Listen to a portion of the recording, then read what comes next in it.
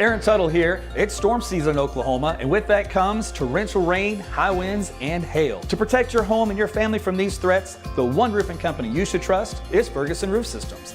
They've been providing the best in roofing services for nearly half a century. Ferguson is Oklahoma's full-service roofing company, certified with an A+ Better Business Bureau rating and a 5-star rating on Google.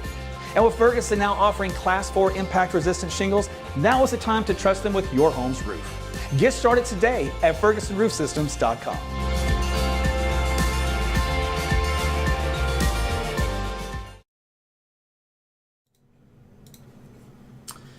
All right, you guys ready for a little lunchtime live? I know I am. Time to get this show on the road. Some of you, this might be your Friday. If that's so, lucky you.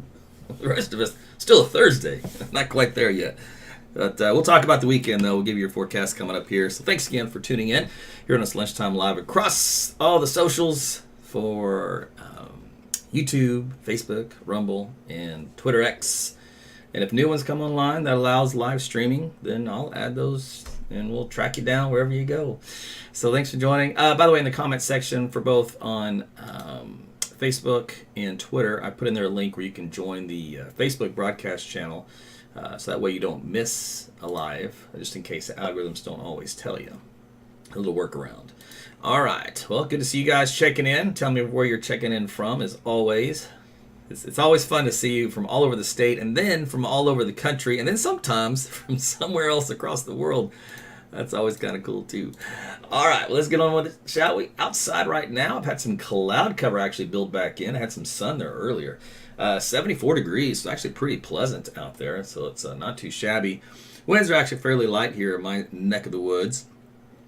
So we are expecting some storms, though, for today, and so that's what we're going to talk about here as we head on into our live broadcast. First thing I want to talk about, though, is the radar, so let's take a look at that. Things are quiet, so we had some rough stuff last night as far as some thunderstorms go. Usual, wind and a little bit of hail, heavy rainfall, brief flash flooding at times. All that stuff has calmed down. Things have quieted out, and these are temperatures out there across the state. So you can see we're pretty much all into the rain-cooled / cloud-cooled well, it is 60 still, southwest Oklahoma, but otherwise 70s here across the body of the state. And if you do look elsewhere, we can find you a very weak cold front coming into northwest Oklahoma. So this little frontal boundary is the one that's going to help to cause some additional thunderstorms here later this afternoon. Now, it's a couple of hours behind schedule. Last night we looked at the data. They had it, models were debating between like noon and 2 o'clock as to far as arrival here in Oklahoma City. Latest data pushes that back another couple of hours, maybe closer to 4 or 5. But regardless, we'll take a look at that. But it will be a focus for some thunderstorms here. Now, you notice the winds are very, very weak. Very anemic, basically kind of variable to the east under temporary high pressure at the surface because of the departing storm system. Otherwise, we got some south winds elsewhere over southwestern Oklahoma. Okay, so the satellite viewpoint shows you how these clouds just kind of continue to bubble back up here in central Oklahoma. So that's why I went from clear skies earlier to look at that last couple of frames.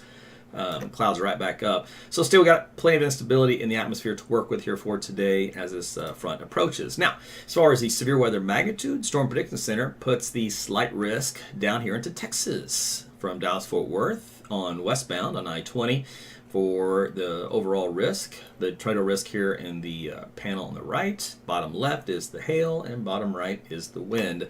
So they're not really putting a whole lot in Oklahoma. They have a little, what they call it, chicken 2%, which means just kind of cover your butt just in case something were to happen. Otherwise, most activities down to Texas as far as any magnitude of more scattered severe reports. In other words, more action over one specific area. If you look at the AI algorithms, they kind of sneak that in also into the southern parts of Oklahoma. Otherwise, they also bullseye that same area. I also have a little spot, though, here this morning around Louisiana. If you do look at another NATOcast, it's another AI model that tries to predict tornado development. It also favors this area of Texas and also down here into Louisiana. And there's just that little hint here across the I-44 corridor. And that's, again, because of the cold front. Well, like I said, we don't have any huge upper-level storm systems coming by. We do have little ripples of energy and some lift, mid-level lift, especially with the front. So if you track this with the map here at the mid-levels, where you see the red areas, the bright red, That indicates we're going to have lift over the state, and so that is lift here this afternoon and evening that moves into southern Oklahoma, and then overnight, and look at that, to North Texas. Lots of lift down here. That means lots of storms for you. So as we head into the overnight period, that kind of moves through Texas, and Oklahoma stays quiet for a change. As we head into Friday afternoon, still quiet here in Oklahoma. So we get a little bit of a break from storms, at least for a day, with some decent weather to round out your week. And then you see this big, massive lift right here. That's our second round that comes in. That's for Saturday morning into Saturday afternoon. So quick moving cold front zips through the state, triggering off some scattered showers and storms. And so by afternoon, most of it's out of here. It looks like there might be some residual here in southwest Oklahoma on into the Texas Panhandle. And then more storms out here for Saturday evening into Texas. Now, some of those will probably scoot eastward and graze Oklahoma again, at least the southern counties, Saturday night into Sunday morning. So still is a good signal here for some storms around our area for late Saturday night, early Sunday morning. And then that kind of signal stays around. You said little red areas is kind of anchor. So again, this is just a signal where we're going to get rain. So this is the lift in the atmosphere that makes that happen. And then looks like that tapers off. So timing-wise, unfortunately, we're going to have to deal with some scattered showers and storms over the weekend, the way it looks. All right, we'll try to fine-tune that for you here in just a second. Here's a look at the dew point map, which will show us where our cold front is and the moisture accompanying it. So we go to about 6 o'clock. Let me back it up to 5. So if you back it up to 5, the front's basically just north side of the I-44 corridor through Oklahoma City, and it kind of zips down just west of Lawton. So, in other words, with peak heating, that's your best focus for some thunderstorms to ride the boundary. If, again, this is a freak occurrence, one were to get anchored on the boundary and move in parallel, in lockstep in tandem with the boundary, it might help to ingest a little extra vorticity and baroclinicity along the boundary to help to produce a tornado. Otherwise, it won't be able to. Why? Look at these winds down here at the lowest 6,000 feet.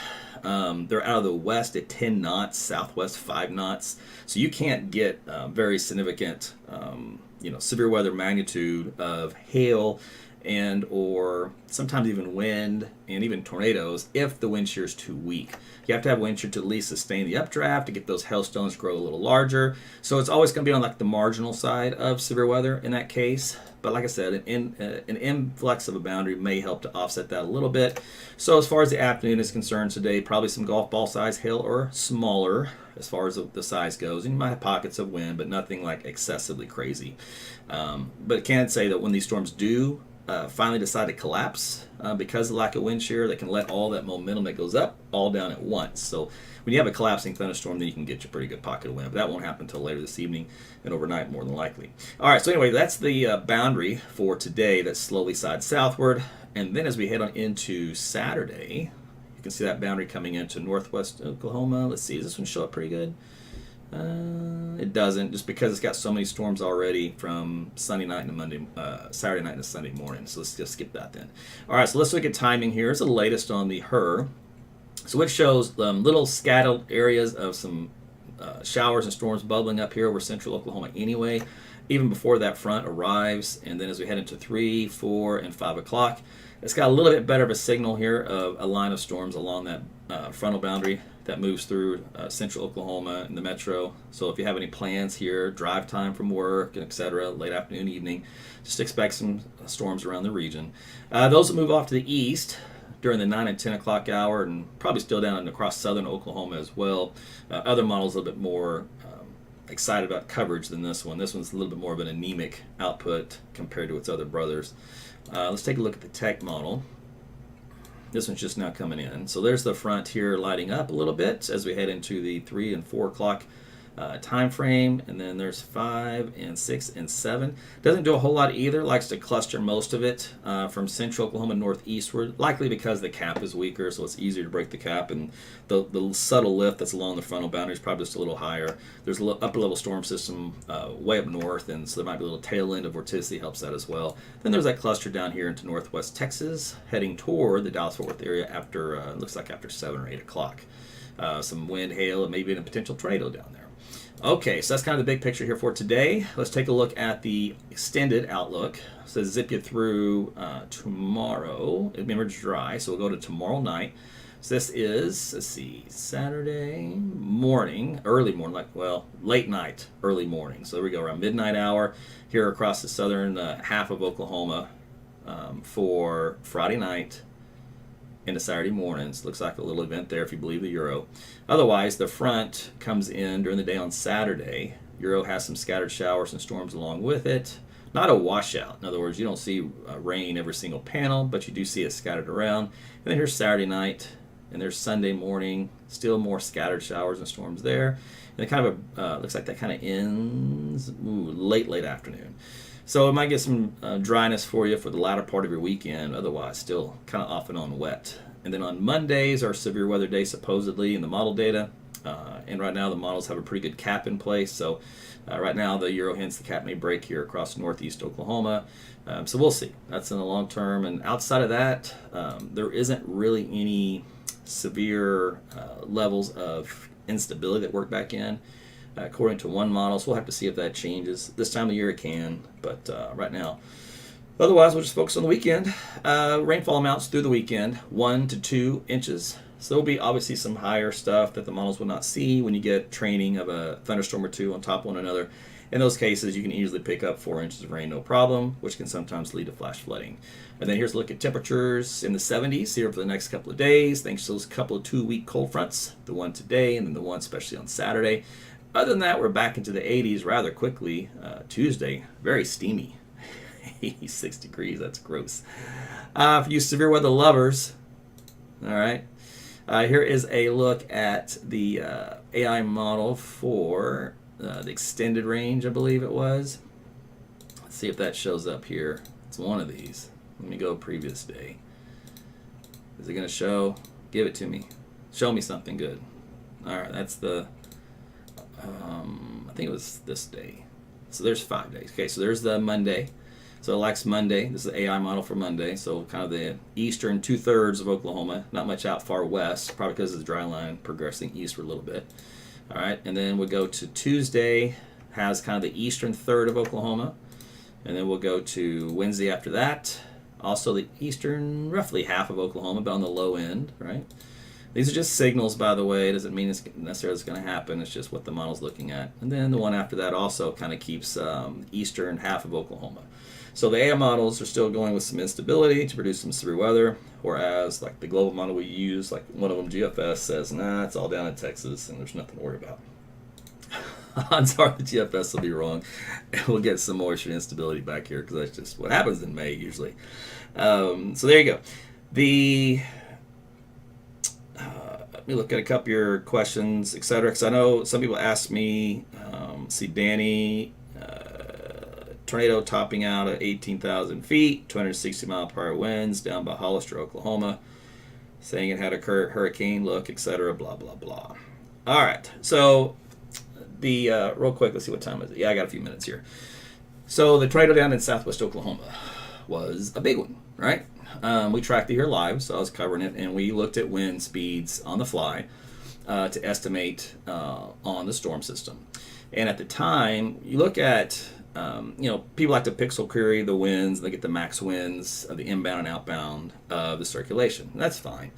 So when you're trying to accurately predict the strength of a tornado, though, you want the V rotation within that. So you let the calculations do the math. And when I was on live and we were looking at it, some of the V rotations was up around, I think I said 75 knots or something one time. And then you correlate that with the depth of the column. And the algorithms can tell how tall that particular tragic circulation is. And then you can cross-reference it with the table, and then you can get whether or not you've got a tornado for one, and then two, kind of estimate what strength that tornado would be. Based off the height and the V rotation. So the data, the algorithms indicated that we were looking at about EF2 and then a EF3 tornado, kind of a low end on the EF3 scale. So it was a very significant storm. It was definitely a unique storm. Let's see, matter of fact, I had it loaded up here. Let me, right about here. So let's just do this. This is from the broadcast from the other night. All right, so this is where I was tracking those storms. I'm just hitting the old replay button. All right, there's the Hollister one. There's environment. Okay, a little bit more than that. Let's see. Okay, so I think that's where we're in the vicinity here. Because one of these, I did a three-dimensional view. By the way, anytime we do have tornadic storms, I will take the radar off the map to show you this, to show you where the tornado is located, because it brings down a lot of anxiety. So if I'm hooping and hollering and I'm saying, oh my gosh, you have a EF4, EF3 tornado on radar, please pray for these people, and you look here and it's dirt. You see what I'm saying? This doesn't make any sense. There's no logic in that. It's just all emotion. And people that do this don't separate logic and emotion. They go with emotion. So I separate that and put that aside. I just still stick with pure logic. And that keeps me grounded, which then keeps you guys grounded. And we can look at the data and analyze it together. So I do that a lot just to kind of bring in some sanity. But also I do that because if it turns out where we do have a storm like that is over open land, and it's not really a threat, but then we track to see if and when it is over or coming into a neighborhood. That adds to the sincerity of it. That adds to the urgency, et cetera, et cetera. So here is where we were analyzing the tornado aloft at this particular time. So you can see how tall it is. And in this particular fashion, we're looking up around 20,000 feet for the rotation column. So at the time, I was like, wow, this is really impressive. A 20,000 foot depth on the height of the tornado.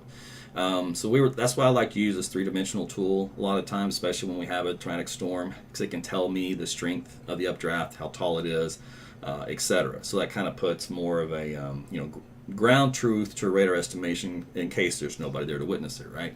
Plus at nighttime, sometimes these things get harder to tell and see. So anyway, so that was just me analyzing the tornado. So when somebody asks, is it really 20,000 foot circulation? Yeah, it really was. This goes all up 20,000 feet, and so yeah, in theory, it was a very strong tornado. Now, again, I measured winds for V-rotation up around EF3.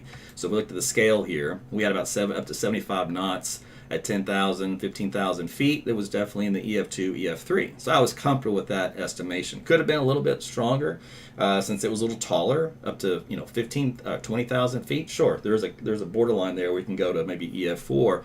But when I showed you that, we were over dirt. So you can't rate an EF4 of dirt. So when you do radar estimations, it's great because you can give it how strong the intense of the storm is, and that is there's a huge weather Twitter argument. Storm chasers, of course, hate it because they want everything rated in EF3 and F4 and F5. So here's the limitations. All right, so if a storm is close enough to a radar, either research-based and or the existing radars in effect, the National Weather Service or the FAA radars, we can give you pretty much a very good estimate on the wind speed. All right, and we can correlate that with what a strength of a tornado is based off the Fujita scale, an EF0 through an EF5. All right, but however, the Fujita scale is a damage scale. It's an engineering scale. In other words, how much of a wind did it take to damage this material? All right, therefore we rate it and give it a category. So in this particular case, this is the one thing where I agree that we need to have a dual rating, which is going to cause problems, but it's the best solution to both worlds. So obviously have a damage scale. Now, let's say this tornado out here didn't hit anything, right, that could indicate EF4 damage, but the wind speeds and everything else we use in the algorithm said EF4. Now, if I tell you, let's just go to an EF5 to make this simple. So I tell you that EF5s comprise about 0.2% of all tornadoes. All right, that's it. That's how rare they are. Once every 10-year type deal. If I tell you that's what the data set says, and that's the statistics on it, now, is that true or is it not true? Well, as long as these tornadoes hit something that can show you EF5 damage. In other words, it is a well-built enough structure to where it still can fall into that category, or in the trees, etc. Then, okay, fine, you can mark that an EF5. If that EF5 is now over a 1 square mile area of dirt, and there is nothing to measure the damage of that tornado, you know what happens in the statistical database? The EF5 disappears. So what happens is that causes a false correlation issue where you have EF5s being extremely rare. Because maybe EF5s are actually a little bit more common than we thought. Therefore, that statistical probability of a 0.2%, maybe it's 2%, maybe it's 5% of all tornadoes. But we wouldn't know because they didn't hit something to get rated an EF5. So you understanding the problem there? So I understand both arguments. The solution is to have both scales. The solution is to have an EF scale and a, I don't know, IF scale, some other number that can go along with the radar interpretation for database, purposes and for statistics and historical accuracy. It's a mess. That's why they haven't solved that problem yet. I mean, when they had QLCS tornadoes and they finally decided to start counting those, that was the same idea. At first, they didn't even see them, so therefore they weren't counted. So in reality, we had more EF0 and EF1s than we thought we did. All right, well, maybe now we have more EF5s than we thought we did because a lot of them are over open land that never hit anything. So it's one of those deals. It's an issue. So it is what it is, but that's the difference between the two. So when you do hear some talk about, how strong the strongest tornado was ever rated in EF0, that's probably some based in reality, because they did rate that in EF1. There wasn't one home that was in the path. I think I shared it on Twitter. I don't know if I shared it on Facebook. I don't think I did, but I think the story was the veteran lived in there and he was fine, and he went to his in-laws or something, family's home, and his home's pretty beaten up. All right, so that was a EF1, I guess, is probably what the Weather Service used that home, at least at that spot, that one location. Now remember that trail was pretty wide. We're talking up to almost about a mile of circulation. So it could have been that home, because in those tornadoes they have little vortices that go around, and that home just may not have been hit by one of those stronger vortices. But anyway, the point being is there wasn't anything else there to measure. They tried. They looked at everything. They looked for ground scouring. They looked for any other indication of an EF4 type tornado, and they couldn't find anything. There was nothing there. So therefore, they're forced to rate it with what they do have, and that was an EF1. So that's the whole backstory on that storm here from the night before last. So hopefully that was answered your question. And with that, I've eaten up my lunch hour. But it was good. I actually kind of did want to talk about it, but I'm just so busy. It's just so hard for me to get caught up on everything. There's just too much going on this time of the year. So, but anyway, so that's it for me. Again, thanks guys for tuning in. If a tornado happens, it'll be a freak deal this afternoon. Like I said, don't expect it. Have to be involved in the boundary, and a lot of things that have to work in its favor that's otherwise not there. So I'll cover that as soon as I'm available. Otherwise, it's just going to be your standard little bit of wind and a little bit of hail with that. And then in the data set, anything as far as potential tornadic is concerned, Monday's the next possible day for that. And that's, of course, if we don't have a strong cap in place and yada, yada, yada.